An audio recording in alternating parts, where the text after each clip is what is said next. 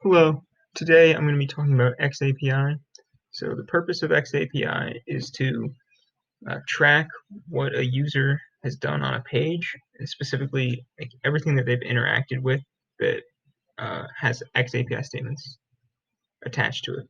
So it can get pretty detailed. It can tell you if you loaded a certain element, if you interacted with it, if you got a question right. So we're just going to take a look at some examples and talk more about it.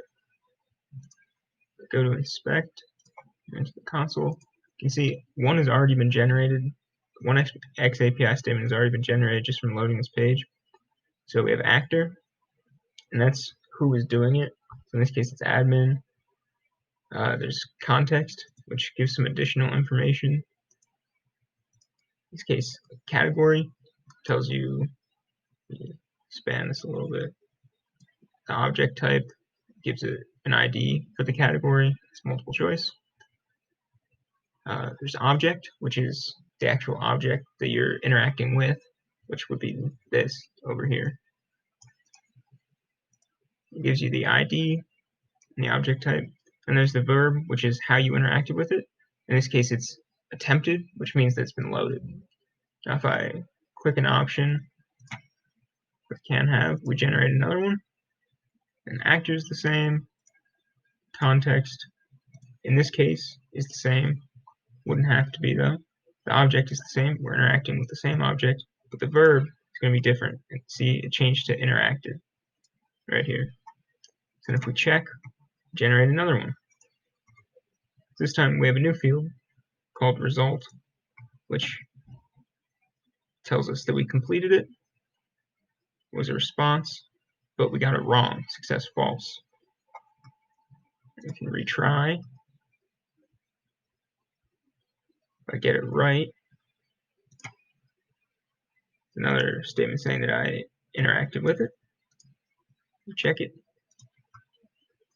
Much more and see when you actually answer it, it changes to answered.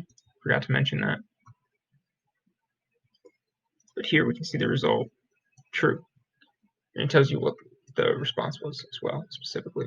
And again, that you completed it.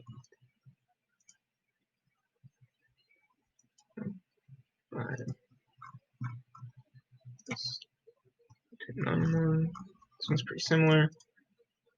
Let's try this one, fill in the blank. Actually, let's do.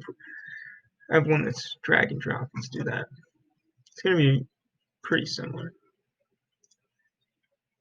Let's drag them into random boxes, get it wrong. You see, every time we put one in, we're generating a statement. Context, again, tells you what type it is. It's drag text. The object tells you specifically what object it is. It gives you the ID. The verb, see, interacted. And we can check it. And it tells the result.